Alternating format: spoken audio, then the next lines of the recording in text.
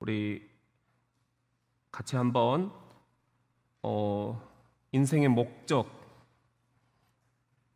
문 1 우리 함께 살펴보도록 하겠습니다. 예, 제가 질문하면 여러분들이 답을 한번 해보시죠. 사람의 첫째 목적은 무엇입니까?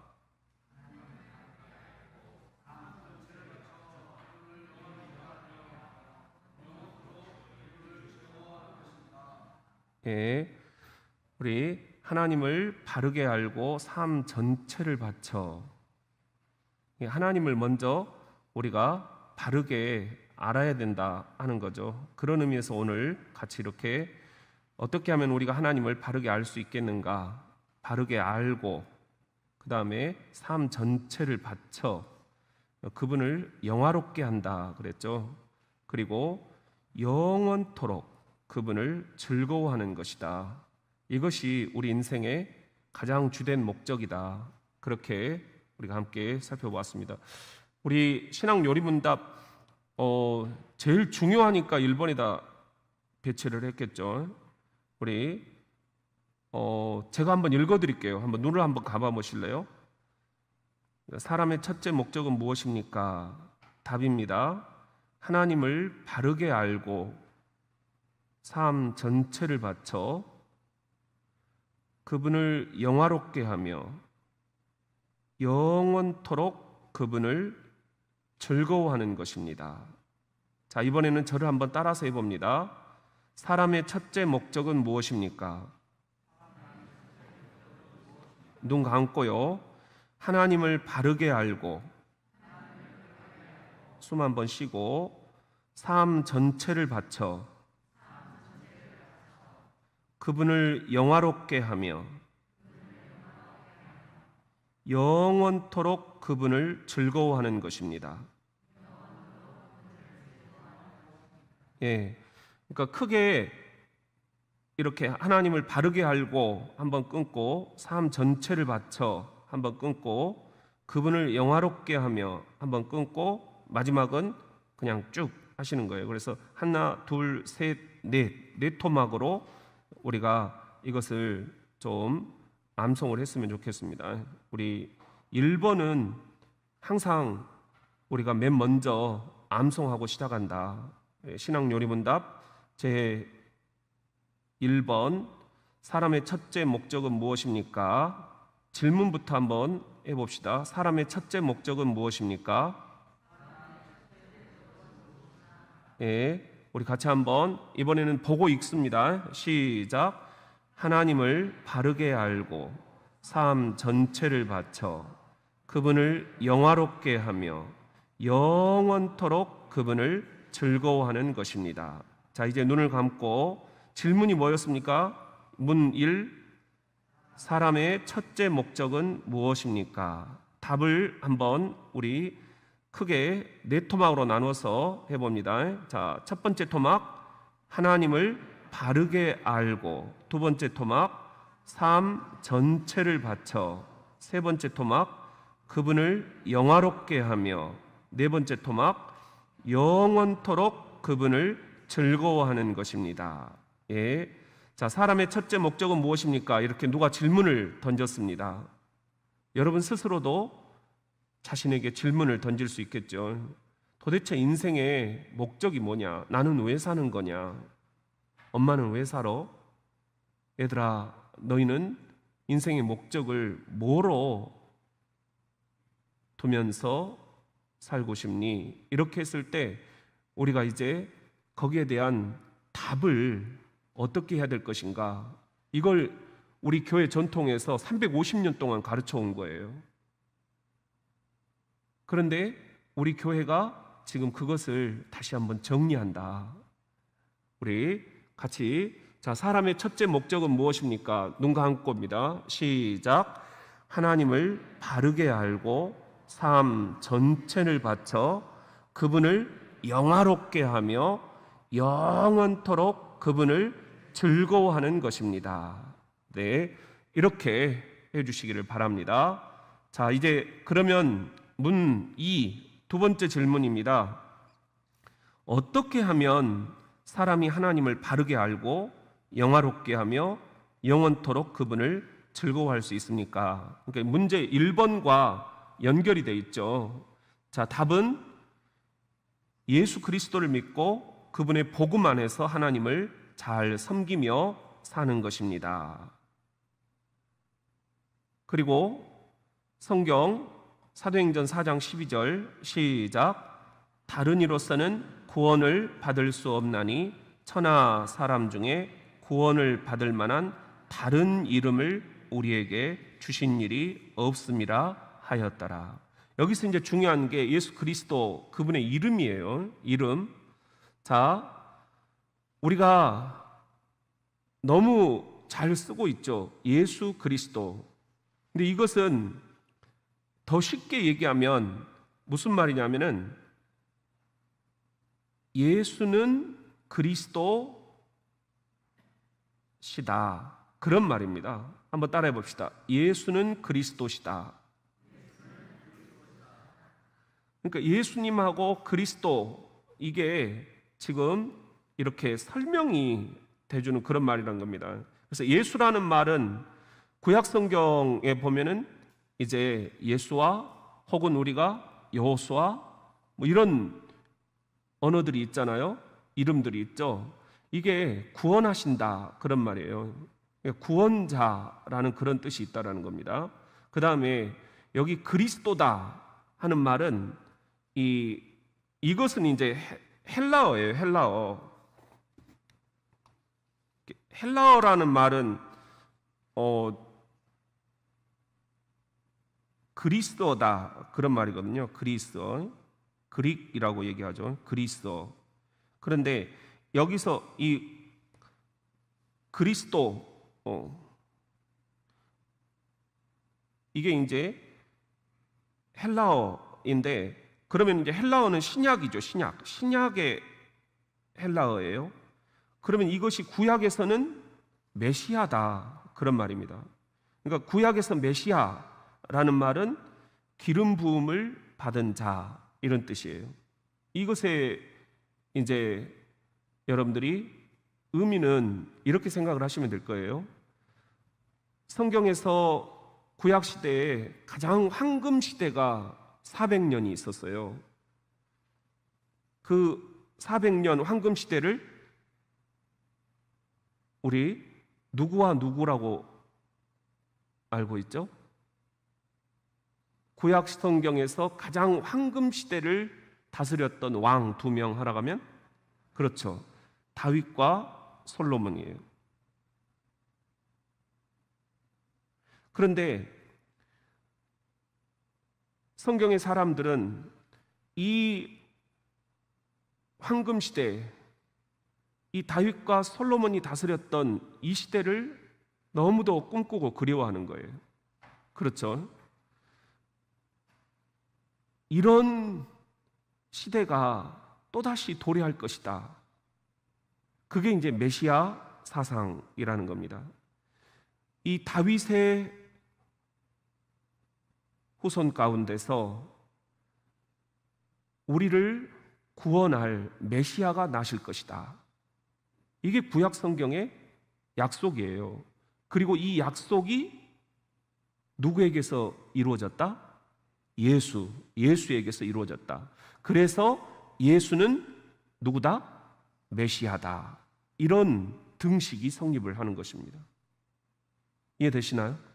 이 이름의 의미를 우리가 좀 알아둘 필요가 있다 하는 거예요.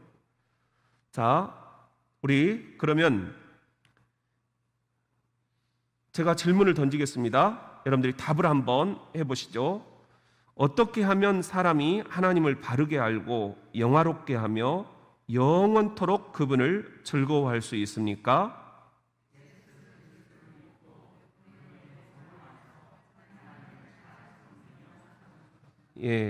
여기 예수 그리스도를 믿고 믿음이 필요하다는 거고요. 그분의 복음 안에서, 이 복음이라는 게 뭔가 하는 것은 이제 다음 시간에 설명이 됩니다. 그분의 복음 안에서 그분이 우리들에게 들려주신 복음, 복된 소식, 기쁜 소식이 있죠. 그건 하나님 나라였죠. 그 복음 안에서 하나님을 잘 섬기며 사는 것입니다. 이것이 우리가 인생의 목적, 주된 목적이 하나님을 영화롭게 하고 영원토록 그분을 즐거워하는 것이다 했는데, 그렇게 하려면 예수 그리스도를 믿는 믿음이 필요하고, 그리고 그분의 복음 안에서 하나님을 잘 섬기며 사는 것이 필요하다. 이게 하나님을 영화롭게 하는 것이고 또 그분 안에서 영원토록 즐거워하는 것이다 하는 것입니다. 그리고 우리가 지난 시간에 말씀을 드렸지만, 사실은 영화롭게 하며 영원토록 그분을 즐거워한다, 이게 두토막으로 끊어진 것이 아니라, 우리 설교 시간에 한번 했었죠. 이것은 오히려 by라는 이 접속사를 쓰는 것이 필요하다. and가 아니라는 것입니다. 이게 and가 아니라 by다. 무슨 말이냐면은 하나님을 바르게 알고 삶 전체를 바쳐 그분을 영화롭게 하는 것이 첫 번째 목적인데, 그러려면 영원토록 그분을 즐거워함으로써, 이거예요. 즐거워함으로써. 그러니까 우리들에게 더 중요한 건 뭐예요? 영원토록 그분을 즐거워하는 거예요. 그러면 자동적으로 하나님께서 우리를 통해 영광을 받으시는 거죠. 근데 우리들이 너무 이 영화롭게 하며 이 단어만 생각을 하고 이 뒤에 있는 것은 잊어버리고 산다 하는 것입니다. 신앙생활에서 우리들이 그분을 즐거워하고 있는가? 하나님 때문에 내가 즐거워하는가? 이것이 우리들에게 꼭 질문이 돼야 된다.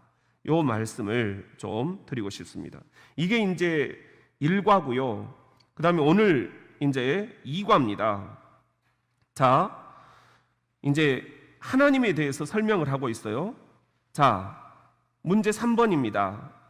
성경에 계시된 하나님은 어떤 분입니까? 그랬어요. 성경에 계시된 하나님은 어떤 분입니까? 자, 한 분이라고 그랬죠. 한번 읽어보겠습니다. 시작. 하나님은 한 분으로서 이스라엘의 역사와 예수 그리스도에게 나타나신 분입니다. 그는 영원히 존재하시고 지혜와 힘이 무한하시고 거룩하시고 진실하십니다. 그렇게 돼 있어요. 여기 보면은 하나님은 한 분이시다 그랬어요. 하나님은 한 분이시다. 우리는 너무 이걸 당연하게 생각을 하잖아요. 그런데 이 고백이 있기까지 수많은 그런 역사가 있었다라는 거죠. 오늘 신명기 6장 4절 말씀이 본문인데요. 우리 같이 한번 읽어보겠습니다. 시작. 이스라엘아 들으라. 우리 하나님 여호와는 오직 유일한 여호와시니. 이것이 성경에서도 굉장히 많은 그런 논쟁거리였고, 그리고 이걸 위해서 사람들이 죽기까지 했다 하는 것입니다. 이것을 우리가 유일신 신앙이다 그렇게 얘기를 해요.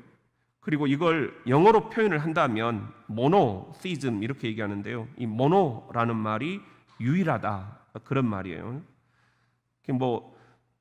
그리고 이제 우리가 하나님을 얘기할 때는 이 소문자 G를 써서 God 혹은 God 이렇게 설명을 안 해요. 그러니까 우리가 하나님을 얘기할 때는 대문자로 God, God 이렇게 얘기를 하고 있어요. 그러니까 God이라는 말은 많은 신들 가운데 한 명이라는 거죠. 그 다음에 God 하면은 많은 신들 그런 말이 되죠. 근데 이런 그 싸움이 성경 안에서 계속 있었어요. 바벨론에도 신들이 있었고, 또 바벨론 포로로 이스라엘 백성들이 끌려갔고, 그래서 너희들의 신은 죽었다. 그러니까 그 사람들이, 바벨론 사람들이 생각할 때 성경의 사람들이 믿는 하나님은 자기들이 믿는 신들과 같은 동급, 그 가운데 한 명뿐이다, 이런 생각이었던. 그런데 이스라엘 백성들은 아니다. 우리가 믿는 하나님은 오직 유일하신 분, 한 분뿐이시다 하는 거예요. 유일하신 하나님이다. 항상 대문자 쥐를 써야 된다 하는 그런 이야기가 되겠습니다. 그리고 이제 이것을 웨스트민스터 신앙 요리 문답에 우리가 근거했다고 그랬잖아요. 우리 대전 장로교회 신앙 고백을. 여기 보면 웨스트민스터 신앙 요리 문답에는 원문이 이렇게 되어 있어요. There is but one only. 세 개가 다 강조하고 있어요. 여기서 but이라는 것은 오직 그런 뜻이에요. one, 이것도 한 분이시다라는 거고, only, 이것도 유일하시다라는 말이고, 이렇게 영어를 세 개를 붙여가면서 하나님은 한 분이시다라는 것을 이 웨스트민스터 신앙 요리문답이 설명을 하고 있다. 세상에 데어리스 그러면은 있다 없다 그런 말이잖아요. 살아계시고 참되신 하나님은 오직 유일하게 한 분뿐이시다. 이 한 분이 누구예요? 하나님이시다, 이런 말이죠. 자, 그러면 우리 다시 한번 문제 3번 같이 한번 제가 질문을 던집니다. 답을 한번 해보십시오. 성경에 계시된 하나님은 어떤 분입니까?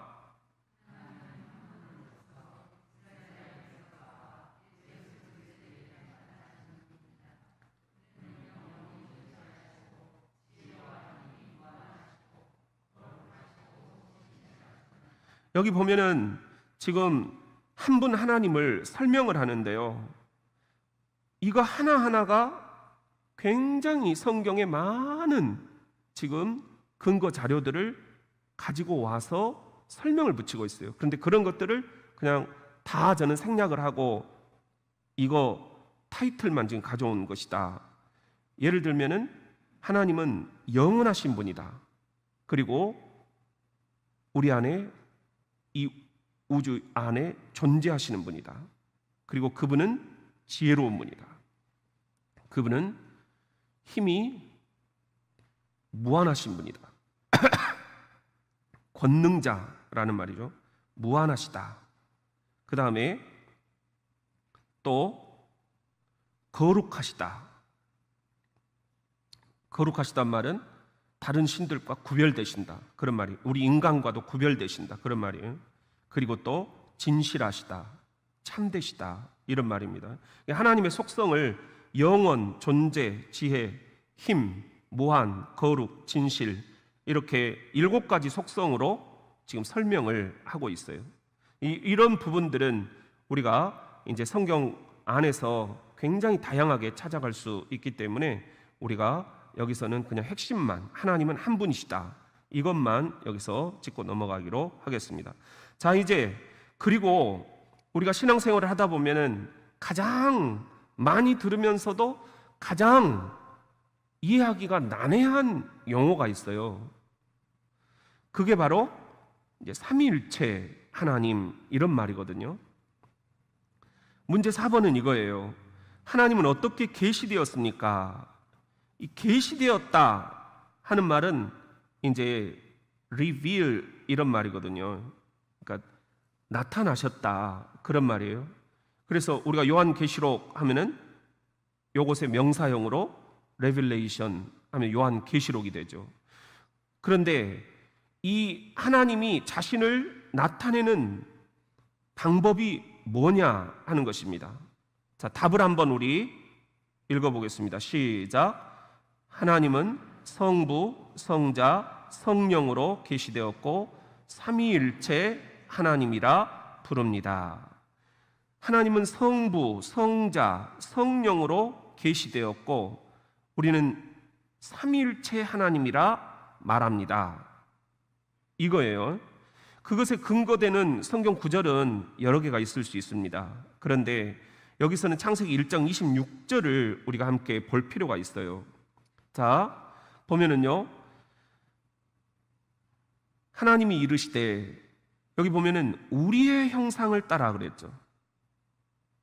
그리고 우리의 모양대로 그랬죠.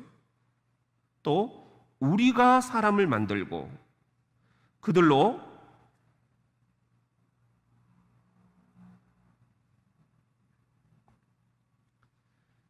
바다의 물고기와 하늘의 새와 가축과 온 땅과 땅에 기는 모든 것을 다스리게 하자 하시고, 하나님이 자기 형상, 곧 하나님의 형상대로 사람을 창조하시되 남자와 여자를 창조하셨다.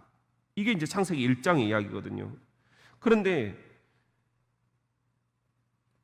고민이 되는 거예요. 궁금해지는 거예요. 태초에 하나님이 한 분이셨을 텐데 왜 창세기 1장에 우리라는 표현이 나오느냐 하는 거예요.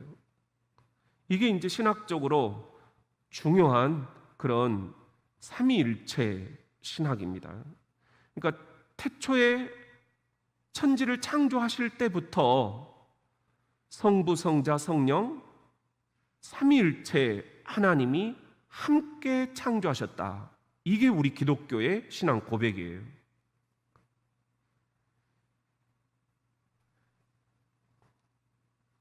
자, 이제 오늘 여러분들 제가 센트럴파크에서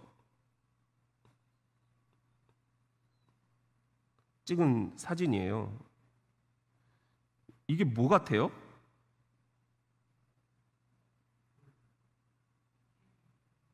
개미.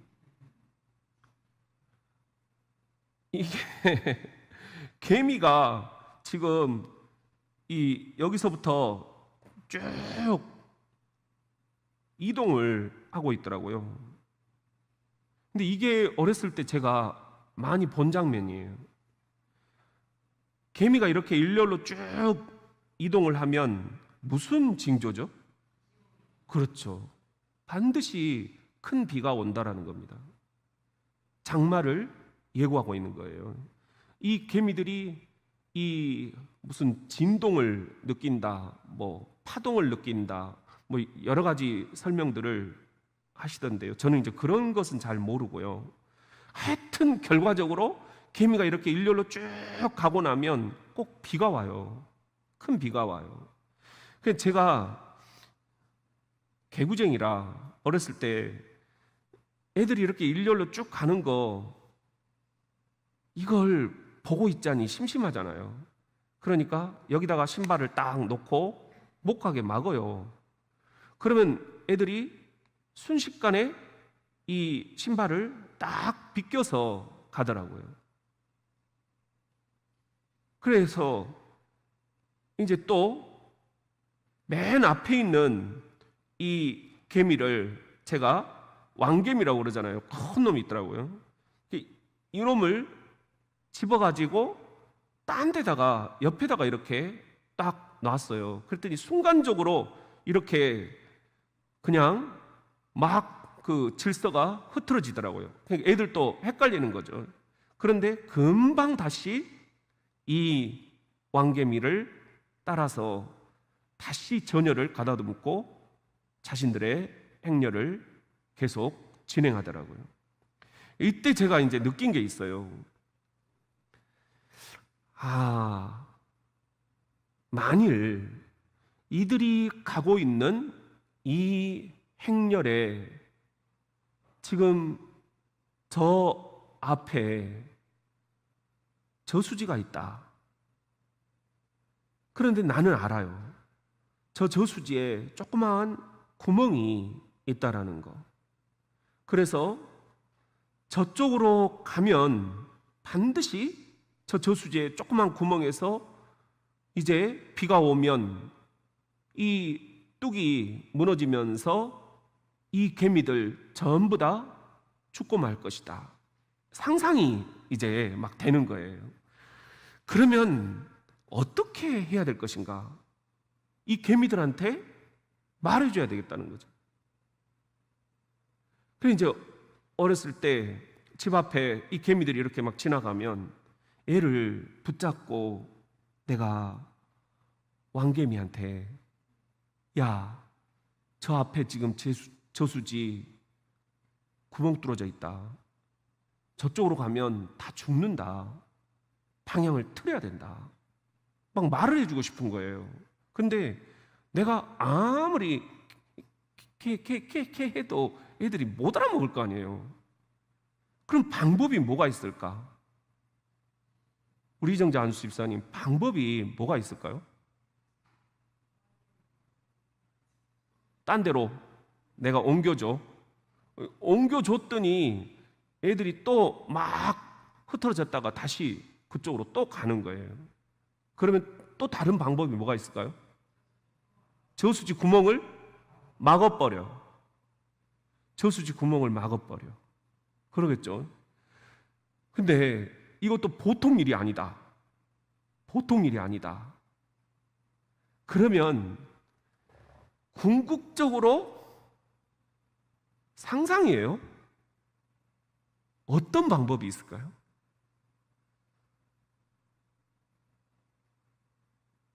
그리 가면 안 돼. 말을 해주고 싶어요. 내가 뭐가 될까요? 개미가. 사람의 언어로는 잘 안 통하니까 내가 개미가 돼가지고 개미의 언어로 상상이에요, 상상. 아, 하나님이 이 땅에 내려오신 게 그런 마음 아니셨을까? 여러분, 그 성육신이다 그러잖아요. 성육신. 이건 이제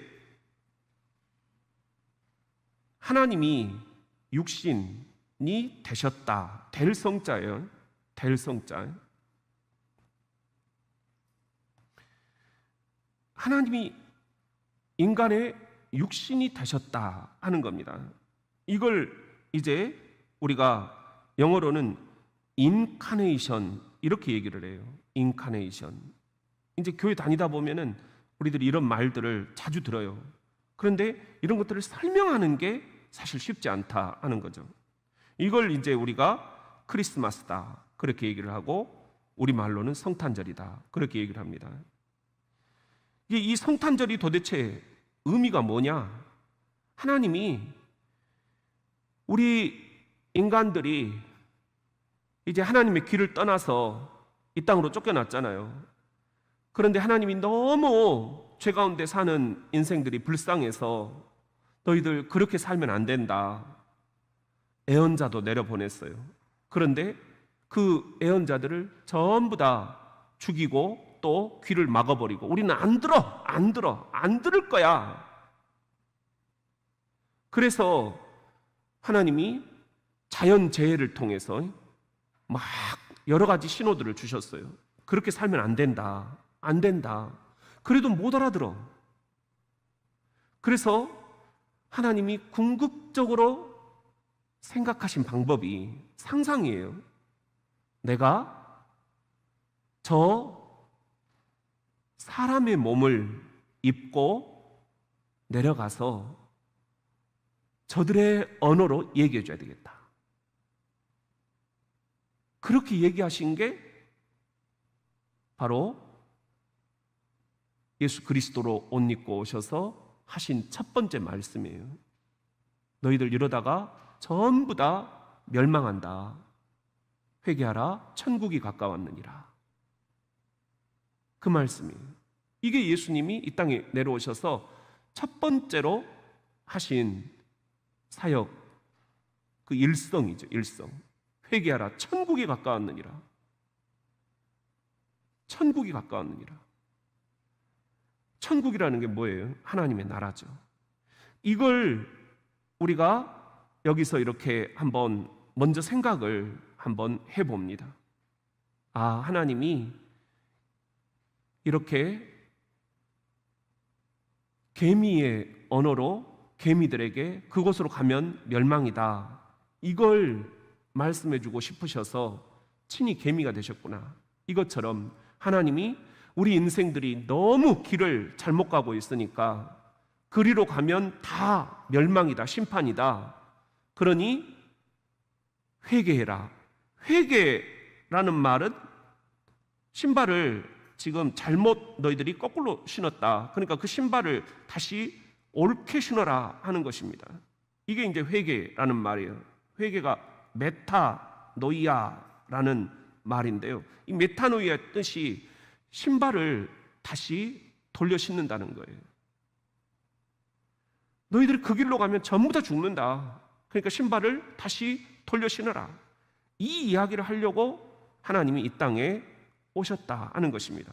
그런데 이제 여기서 중요한 게 있어요. 삼위일체란 무슨 뜻입니까? 그랬잖아요. 근데 이 삼위일체란 무슨 뜻이냐? 자, 한 하나님께서 자신을 계시하시는 방도가 셋이 있다. 이 셋은 뭐다? 성부, 성자, 성령. 그런데 여기서 이제 중요한 설명이 붙죠. 한 하나님의 세 위다. 여기서 위라는 것은 이제 자리라는 뜻이에요. 자리 위자죠, 한자로. 근데 이게 이제 영어 원문에는 이제 페르존 이렇게 돼 있어요. 우리가 사람 이렇게 영어로 읽잖아요. 근데 이것은 위격 이런 말입니다. 그런데 이 하나님의 세 위다. 그런데 본질과 영광과 목적에서는 같으십니다. 이게 이제 굉장히 좀 우리들에게는 어려운 용어입니다. 이거 근거가 되는 말 우리 같이 한번 읽어보겠습니다. 마태복음 28장 19절. 자, 시작. 그러므로 너희는 가서 모든 민족을 제자로 삼아 아버지와 아들과 성령의 이름으로 세례를 베풀고, 그랬죠. 예수님이 하신 말씀이에요. 예수님이 아버지와 아들과 성령의 이름으로, 그러니까 아버지, 성부, 아들, 성자, 성령, 삼위일체죠. 삼위일체 하나님의 이름으로 세례를 베풀어라. 그리고 땅 끝까지 이르러서 내 증인이 되라. 이렇게 말씀을 하신 거잖아요. 이게 예수님의 마지막 유언입니다. 유언. 우리들에게 주신 마지막 명령, 위임이에요. 여기서 삼위일체 하나님을 예수님이 얘기를 하셨다라는 거예요. 근데 이렇게 한 하나님의 세 위로서 본질과 영광과 목적에서 같다. 이게 무슨 의미냐? 여기서 이제 도표를 하나 더 보실 수가 있습니다. 이 도표인데요. 자, 이게 이제 삼위일체를 의미하는 도표예요. 보이시나요? 예. 여기 보면은 하나님이 한 분이셔요. 한 분 하나님이신데, 그런데 성부 하나님으로, 또 성자 예수 그리스도로, 또 성령님으로, 이걸 우리들이 그냥 다 똑같이 성부 하나님, 성자 하나님, 성령 하나님 이렇게 우리가 불러도 된다라는 거죠. 그렇게 한번 불러볼까요? 성부 하나님, 성자 하나님, 성령 하나님. 예. 근데 이분들이 한 하나님이라는 거예요. 한 하나님, 한 하나님. 이분들이 각자 따로따로 떨어진 분이 아니라는 거예요. 한 하나님, 이해가 되시나요?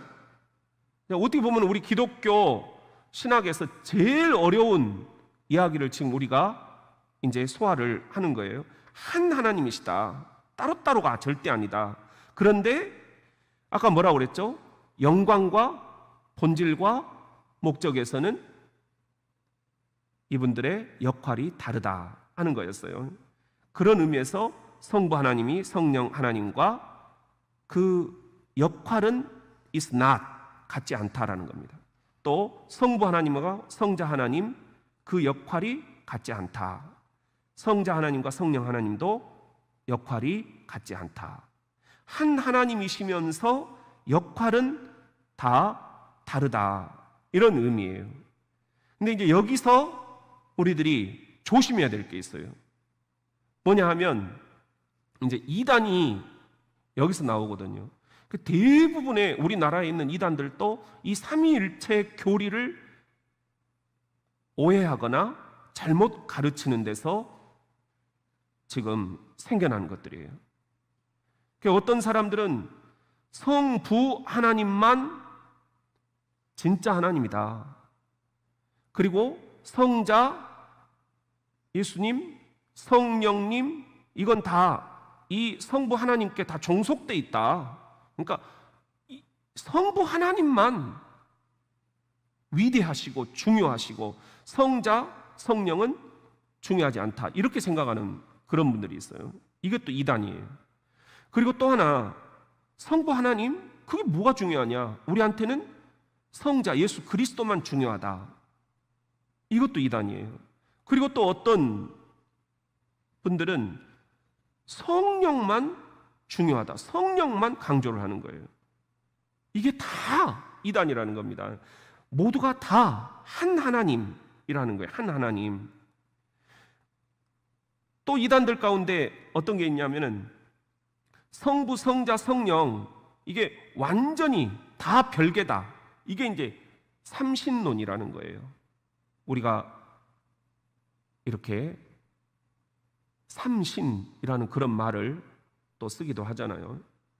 우리 불교에도 가면은, 절에 가면은 원래는 절에 없던 그 불교 교리가 새로 생겨났어요. 그게 이제 삼신당이라는 거죠. 그래서 불교의 그 맨 위쪽 끝쪽에 꼭대기 보면은 삼신당이라고 이렇게 있어요. 이건 원래 불교에 없던 거예요. 이게 이제 우리 토속 신앙과 섞여지면서 불교 안에서 그 삼신당이라는 것을 절에다가 끄트머리 구석지에다가 이렇게 지어놓은 거예요. 이런 것처럼 우리 기독교 안에도 자칫 잘못하면 이런 이단들이 계속 생겨날 수가 있다. 그리고 또 하나의 이단은 뭐냐면요, 이제 이 성부, 성자, 성령, 이 하나님의 역할이 이렇게 그 구약에서는 성부로 나타나고, 그리고는 이제 이분의 역할은 끝이에요. 신약에 와서는 성자로 나타나고, 그리고 또 이제 끝이요. 그리고 지금은 이제 교회 시대니까 성령님으로 활동하신다, 이렇게 가르치거나 말하는 그런 분들이 있어요. 그러니까 완전히 이것도 이단이라는 거예요. 근데 굉장히 사실은 어렵죠. 그러니까 아까 우리가 그 개미의 이야기를 했잖아요.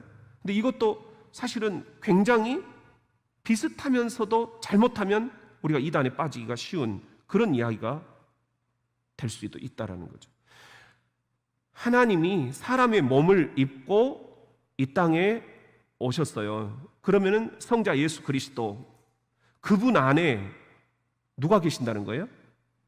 하나님이 함께 계신다라는 거예요. 그리고 그 예수 그리스도 안에 성령님도 함께 계신다는 거. 왜? 성부, 성자, 성령이 이미 태초에 천지를 창조하실 때부터 우리가 사람을 함께 짓자, 창조하자, 세 분의 공동 작품이에요. 근데 이 세 분이 따로 떨어진 게 아니라 한 분이라고 그랬죠. 한 분. 그러니까 이 한 분 속에 성부, 성자, 성령, 이 역할만 달라지는데 우리가 이것을 구약 따로 신약 따로, 또 예수님이 돌아가셨으니까 오늘 교회 시대는 성령 시대다, 이렇게 해가지고 성부 하나님, 성자 예수 그리스도를 완전히 도외시해버리는 그런 우를 범할 수가 있다. 그러나 그건 이단이다. 성부, 성자, 성령은 태초부터 지금까지, 그리고 and then 그분이 이 땅에 다시 오실 때까지 성부, 성자, 성령은 한 분이시고 우리들에게 그 한 분으로 역사를 하신다. 여러분, 이걸 우리가 좀 이해를 할 수 있어야 되겠습니다. 자, 우리 그런 의미에서 지금 이제 이런 이야기를 하잖아요. 한자말로 삼 그러면은 위, 자리 위자라고 그랬죠. 세 자리가 있는데 사실은 한 몸이다, 이렇게 이제 얘기를 하는데, 우리가 이걸 그냥 이 한자 말에 꽂히면 자칫 우리들이 이상한 그런 이단에 빠질 수가 있다. 무조건 유일하신 하나님, 여기에 우리들이 꽂혀야 된다는 거예요. 여기에. 그리고 지금 이걸 이제 영어로 이야기를 하면은 트리니티 이렇게 얘기하는데요. 뭐 트리니티 신학대학 뭐 이런 용어들이 많아요. 근데 이 트리, 우리가 트라이앵글이라는 말도 이 트리 요거죠. 트라이앵글이 뭐예요? 이 삼각형이잖아요. 그러니까 성부, 성자, 성령, 이분이 하나이시다, 그런 이야기예요. 트리니티. 아까 말씀드렸던 이단, 여기 나오죠. 세 가지가 있는데, 하나는 뭐냐면은 성부 하나님만 영원하신 분이다. 그리고 성자나 성령은 이 성부에게 종속된다. 그러니까 누가 더 위대하고 누가 그 밑에 종속되고, 이건 아니라는 거예요. 성부, 성자, 성령이 한 분이시다. 그 다음에 또 하나의 이단은 우리가 이제 자칫 여기에 빠지기 쉬운데, 한 분이 세 가지 역할을 한다 그랬죠. 우리가 지금 여기서 뭐라고 그랬어요? 본질과 영광과 목적에서 같으시다 그랬잖아요. 한 하나님이 세 위로서 본질과 영광과 목적에서 같으시다 그랬는데, 이걸 우리들이 이제 한 분이 구약에서는 이제 시간차로 성부, 신약에서는 성자, 그리고 교회 시대에는 성령, 이렇게 시간차로 떼서 구분해버리면 절대 안 된다. 이건 이단이 된다. 태초에도 성부, 성자, 성령이 함께 계셨다. 한번 따라 합시다. 태초에도 성부, 성자, 성령이 함께 계셨다. 우리가 이걸 분명하게 고백을 할 수 있어야 되겠어요. 안 그러면 이제 우리들이 이 양태론에 빠지기가 굉장히 쉬워요. 한 분이셨는데 구약에서는 성부 하나님으로 활동하셨고, 신약에서는 성자 예수님으로 활동하셨고, 오늘 교회 시대에는 성령 하나님으로 활동하신다. 자칫 우리가 이렇게 설명하기 쉽다라는 거죠. 그런데 그게 아니라 태초에도 성부, 성자, 성령이 함께 천지 창조를 하셨고, 이 역사를 주관해 가시는 것도 성부, 성자, 성령이 함께 역사를 운행해 가시고, 그리고 예수 그리스도로 옷 입고 오실 때도 성부, 성자, 성령이 함께 오셨고, 이해되시죠? 그리고 예수님이 하늘로 승천하신 다음 성령을 선물로 주셨는데, 성령 시대인 오늘도 성부, 성자, 성령이 함께 이 교회를 지금 다스려 가신다. 이것이 주님이 다시 오셔서 그 모든 이제 역사를 끝장내실 그날까지 성부, 성자, 성령이 함께 이 사역을 해가신다. 이해되시나요? 예, 우리가 이 부분을 꼭 좀 이해를 해야 되겠습니다. 그러나 또 하나 이단은 아까 말씀드렸듯이 삼신론이라는 거예요. 본디 성부, 성자, 성령은 아무 연관이 없다, 다 따로따로였다. 이것도 이단이다 하는 것입니다. 자, 그러면 이제 한 분 한 분 우리가 살펴보면은요, 뭐 이건 우리들이 이제 읽고 넘어가기만 해도 될 것 같아요. 성부라는 것은 거룩하신 아버지라는 말이죠. 그래서 항상 성부 할 때에도 대문자 H를 써요. 거룩한 하나님, 그러면은 Father도 항상 대문자를 써요. 그래야 기독교에서 얘기하는 성부 하나님을 뜻한다는 거예요. 이걸 그냥 소문자 Holy Father 이러면 절대 안 된다는 거예요. 이 소문자 Holy Father 이렇게 쓰는 것은 우리와는 아무 상관이 없어요. 이해되시죠? 그래서 이제 카톨릭 같은 경우 신부님을 Father 이렇게 얘기하잖아요. 그건 소문자겠어요? 대문자겠어요? 하나님이 아니시잖아요. 그러니까 우리들이 구분을 해야 된다 하는 이야기입니다. 그 다음에 자, 성부는 누구십니까 했는데요, 우리 같이 한번 읽어봅시다. 시작. 성부는 인간과 만물을 창조하시고 다스리시는 전능한 분이시며 사랑의 아버지시며 성자 예수 그리스도를 보내신 분입니다. 이게 지금 웨스트민스터 소유리 문답에는 이 하나하나의 성경 구절들이 막 계속 붙어서 설명을 하고 있어요. 근데 그것들 지금 다 뗐다 생각하시면 돼요. 그러면 이거 하나로 우리가 몇 번의 강의를 해야 되기 때문입니다. 자, 첫째, 성부 하나님은 인간과 만물을 창조하신 분이다 하는 겁니다. 창조주 하나님이시다 하는 거예요. 그리고 인간과 만물을 오늘 또 다스리신다 하는 겁니다. 다스리신다. 그 다음에 여기 보면은 전능한 분이시다, 전능하다 라고 하는데요, 우리들이 흔히 창조주 하나님을 이야기할 때 무슨 표현을 쓰나요? 전지전능하시다 그러잖아요. 이 지라는 것은 알지자예요. 모르는 것이 없으시고 전부 아신다는 거죠. 전능, 전부 다 행하실 수 있는 분이다. 전지전능하신 하나님. 그리고 또 하나 우리가 쓰는 표현이 있죠. 하나님에 대해서 무슨 표현을 쓰나요? 그렇죠. 무소부재하시다 이러잖아요. 무소부재, 없는 곳이 없으시다, 그런 말이에요. 그리고 이 성부 하나님은 사랑의 하나님이시고 또 아버지시다 하는 거예요. 그래서 우리가 예수님이 기도를 우리들에게 가르쳐 주실 때 첫 마디가 하늘에 계신 우리 아버지, 이렇게 기도하라고 말씀을 해주신 거예요. 우리 같이 한번 다시 성부 하나님, 성부는 누구십니까?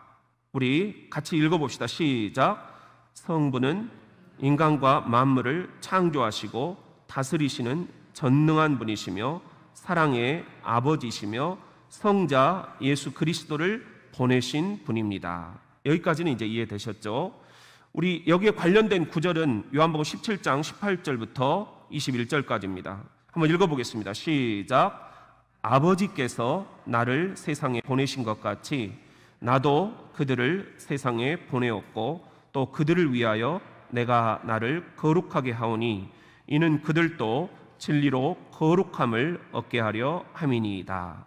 내가 비옵는 것은 이 사람들만 위함이 아니요 또 그들의 말로 말미암아 나를 믿는 사람들도 위함이니 아버지여, 아버지께서 내 안에 내가 아버지 안에 있는 것 같이 그들도 다 하나가 되어 우리 안에 있게 하사 세상으로 아버지께서 나를 보내신 것을 믿게 하옵소서. 그리고 이제 우리가 교회력이라는 게 있는데요, 교회력이다 하는 것은 이제 세상력과 이제 세상력이라고도 하고 세속력이라고도 하거든요. 크게 이제 두 가지로 달력이 나눠지죠. 그런데 이 세속력은 지금 우리 1월부터 이렇게 쭉쭉쭉쭉 있죠. 그런데 교회력은 교회에서 쓰는 달력이에요. 근데 이 교회에서 쓰는 달력은 지금 성부, 성자, 성령, 우리가 이걸 뭐라고 한다고요? 삼위일체다, 그렇게 얘기를 한다고 그랬죠. 그래서 성부, 성자, 성령 삼위일체력이다, 이렇게 얘기를 지금 합니다. 이 삼위일체력, 여기에 보면은 성부의 계절이 있고 성자의 계절이 있고 성령의 계절이 있다, 그런 이야기예요. 그래서 성부의 계절은 우리가 9월부터 11월까지 지키는 창조절이에요. 그런데 이런 창조절을 지키는 교단도 있고 지키지 않는 교단도 있어요. 가톨릭 같은 경우는 창조절이라는 그런 성부의 계절을 따로 지키질 않아요. 그런데 이제 우리 교단이 속해 있는 한국 기독교 장로회, 우리는 이제 캐나다 연합교회와 초창기 선교사들이 조인을 해서 우리나라에 많이 들어와 계셨어요. 그래서 뭐 서고도 선교사다, 뭐 이런 분들이 이제 들어오시면서 그 캐나다하고 여러 가지 연합 사업들을 많이 했는데 그 가운데 하나가 이제 이 교회력 사업이에요. 그래서 캐나다 교회력을 보면은 성부 하나님 이것을 창조절로 해서 지키고 있어요. 그런데 이게 우리나라 정서에 너무 딱 맞다는 거죠. 우리는 가을이 있잖아요. 이게 전 세계 어느 나라보다 우리나라에 너무너무 잘 들어맞는 그런 지금 계절이에요. 우리는 사시사철이 있잖아요. 그러다 보니까 9월부터 11월 천지를 창조하신 하나님을 우리들이 이렇게 기념하고 예배하고 찬양하는 것이 너무 자연스러워요. 그래서 우리가 창조절을 지키자 교단에서 그렇게 지금 결의를 해가지고 9월부터 11월까지 창조절로 지키고 있다. 이제 우리가 이렇게 지키다 보니까 지금 많은 교회들이 그렇게 지금 또 따라오고 있어요. 그런 의미를 여러분들이 좀 이해를 하시면 되겠고, 이것은 그 창조절의 의미를 살려서 초록색을 이 교회 이제 강단포나 또 목회자 이 스톨이라고 하거든요. 쭉 길게 내리는 거, 이런 것들을 지금 초록색으로 쓰고 있다 하는 이야기입니다. 여기까지 이해되시나요? 그리고 이제 또 하나는 성자 예수 그리스도죠. 성자 예수 그리스도는 자 누구십니까? 그랬어요. 답을 한번 읽어봅시다. 시작. 성자는 세상에 사람으로 오셔서 사람들을 섬기다가 마침내 우리의 죄를 대신하여 십자가에서 죽으시고 부활하신 우리의 구주이십니다. 여기 이제 보면은 성자 예수 그리스도 세상에 사람으로 오셨다. 아까 얘기했죠. 성육신. 그리고 사람들을 섬기셨다. 예수님은 섬김의 리더십으로 많은 사람들을 섬기셨죠. 그 다음에 마침내 죄를 대신하여 우리 인류의 죄를 대신 짊어지고 가셨다. 그래서 우리가 여기서 이제 대신 짊어지셨다 해서 대속이라는 말을 쓰죠. 십자가에서 죽으시고 부활하셨다 하는 거예요. 그래서 죽음에서 끝나면 다른 세상의 많은 성자들, 종교들 여기서 우리가 끝나버리잖아요. 그런데 예수님은 부활하신 구주이시다. 여기서 구주라는 것은 구원자, 구원하신 주님이시다 그런 말이에요. 구원하신 주님이시다. 그래서 Savior 이렇게 이야기를 하죠. U는 있어도 되고 없어도 되고. 이것이 이제 구원자 혹은 구속자 혹은 구주 이렇게 번역이 되고 있다 하는 겁니다. 여기에 관련된 성경은 요한복음 12장 24절이에요. 같이 한번 읽어볼까요? 시작. 내가 진실로 진실로 너희에게 이르노니 한 알의 밀이 땅에 떨어져 죽지 아니하면 한 알 그대로 있고 죽으면 많은 열매를 맺느니라. 그래서 분명한 것은 예수님이 죽으셨다는 거예요. 우리는 예수님이 부활하셨다라는 것만 강조해도 안 돼요. 예수님은 분명히 죽으셨다.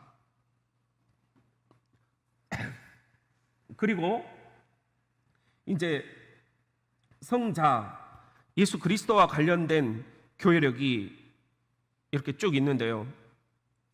하나를 보면은 지금 그 대림절이라는 게 있어요. 이것이 이제 성탄 전의 4주간이에요.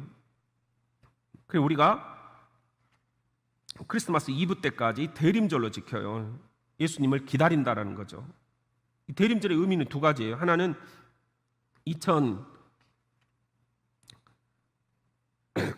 년 전에 이 땅에 오신 예수 그리스도, 그 다음에 또 앞으로 이제 재림하실 예수 그리스도, 그분을 기다린다 하는 겁니다. 기다릴 대자예요. 이 절개 색깔은 보라색이에요. 그래서 그 다음에 성탄절, 이건 우리가 이제 너무 잘 알죠. 예수 그리스도의 나심을 우리들이 축하하는 계절이에요. 이 교회력은 하얀색이에요. 그리고 주현절이라는 게 있어요. 이 주현이라는 것은 이제 에피파니다 그렇게 얘기를 하는데, 예수님이 비로소 이제 세상에 자신의 모습을 드러내셨다 하는 것입니다. 이게 이제 1월 6일부터 시작이 돼요. 1월 6일을 그래서 주현일이다 그렇게 얘기를 해요. 그리고 이제 이것은 4주나 길게는 9주까지 갑니다. 이때는 이제 초록색을 쓰고요. 그 다음에 우리가 잘 아는 계절이 이제 사순절이에요. 사순절. 이 사순절은, 사순이라는 말은 40일이라는 거죠. 사순, 오순, 이건 10일 단위죠. 사순 40일이에요. 근데 이 40일은 주일을 뺀 40일이에요. 왜 그럴까요? 주일은 예수님의 부활을 의미하는 기쁨의 날이에요. 그래서 예수님의 고난을 의미하는 이 사순절 기간 동안에는 주일을 뺀 40일을 사순절로 센다라는 거죠. 이게 이제 성의 수요일 또는 참의 수요일 또는 죄의 수요일, 그래서 죄를 뒤집어 쓰고 죄를 참회한다 그런 말이에요. 이 성의 수요일부터 종려주일, 호산나 호산나 하면서 이 종려나무 가지를 앞에 뿌렸던 그걸 기념하는 거죠. 이때까지 지금 40일을 지키는데 이 사순절은 보라색. 그래서 보라색은 항상 고난을 의미하는 색깔이죠. 저희 학교 같은 경우도, 한신대학교 같은 경우도 이 보라색이 상징 색깔이에요. 그 다음에 이 사순절의 끝에 한 주간을 우리가 거룩한 주간이다 그렇게 얘기를 하기도 하고, 혹은 고난주간이다 그렇게 얘기를 하기도 합니다. 우리가 고난주간은 잘 알죠. 그래서 이제 종려주일이고 일요일이고, 고난주간은 월요일부터 토요일까지예요. 근데 우리가 다른 것은 잘 이제 까먹어버리고 보통 이제 세종 목요일, 성 금요일, 그래서 목 금을 우리들이 주로 머릿속에 지금 기억을 하고 있는데, 실은 성 월요일, 성 화요일, 성 수요일, 성 목요일, 성 목요일이 세종 목요일이에요. 성 금요일, 그리고 중요한 것은 성 토요일이에요. 성 토요일은 이제 우리가 대침묵 기간이다. 그래서 그때는 우리들이 일체 서로 세상의 소음들을 다 없애자, 그렇게 해서 침묵을 지킨다. 그래서 대침묵이다 그렇게 이제 이야기를 하기도 하는데, 우리는 마치 이 토요일이, 제가 지금 여기 와서 보니까 여러분들이 좋은 그런 그 행사를 하시더라고요. 뭔 행사 하시죠? 그렇죠, 교회 대청소. 보니까 부활맞이 교회 대청소를 하셔. 근데 대청소하면서 대침묵을 지키면서 못 하잖아요. 걸레 좀 가져오세요, 여기 거미줄 좀 띄워주세요.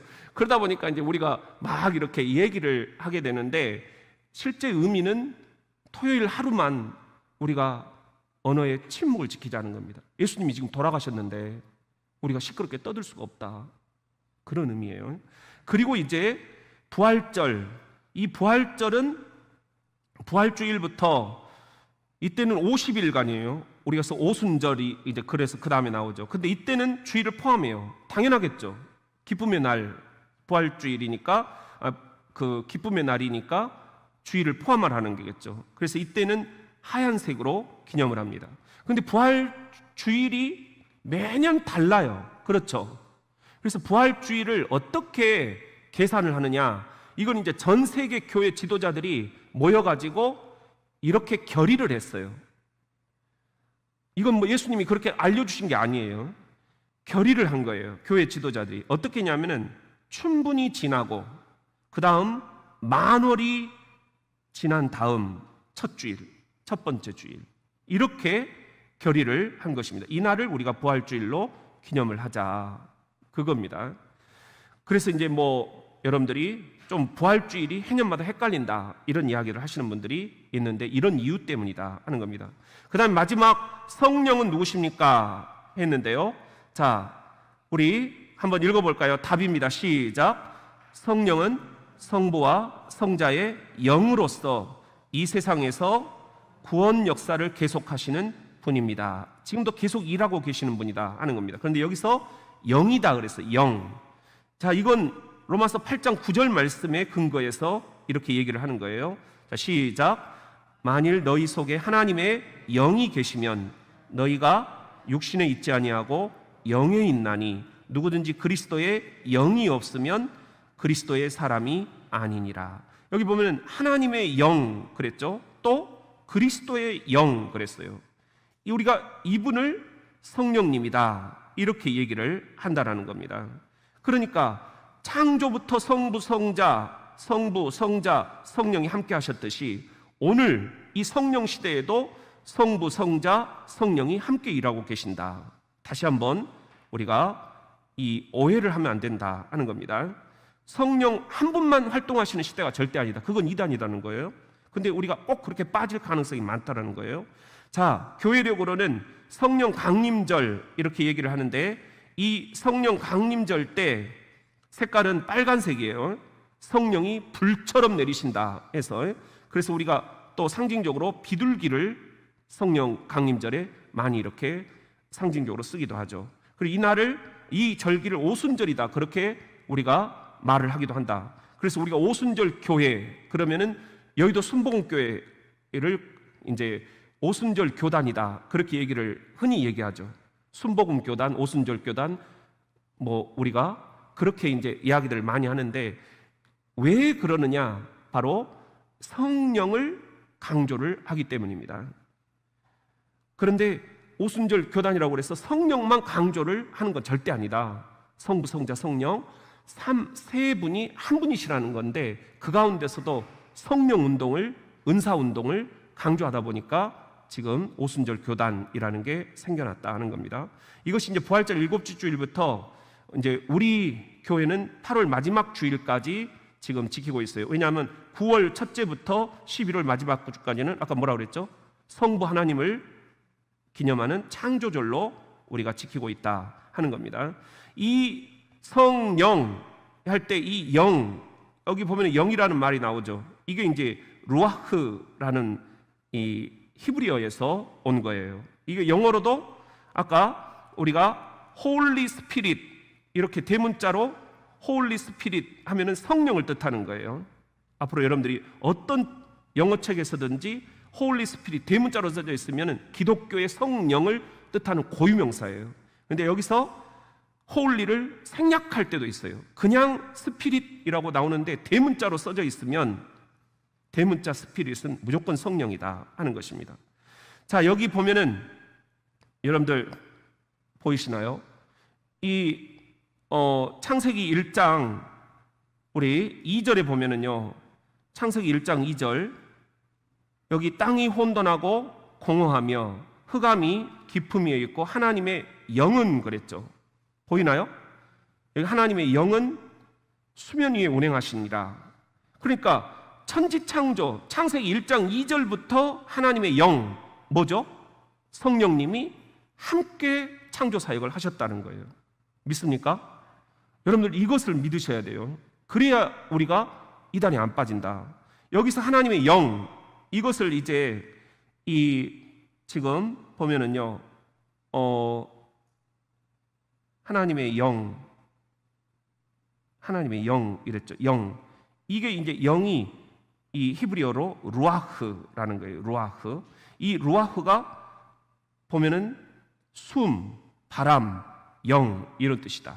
그래서 우리가 하나님이 코에다가 하나님의 뭘 불어넣으셨다 그랬죠?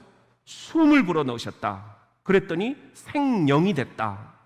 우리 인간을 창조하실 때 바로 숨이, 하나님의 숨. 그 다음에 우리가 성령이 뭐처럼? 바람처럼 막 부셨다. 성령 강림 사건 때 바람처럼 부셨다 그랬잖아요. 이게 지금 그런 의미다 하는 것입니다.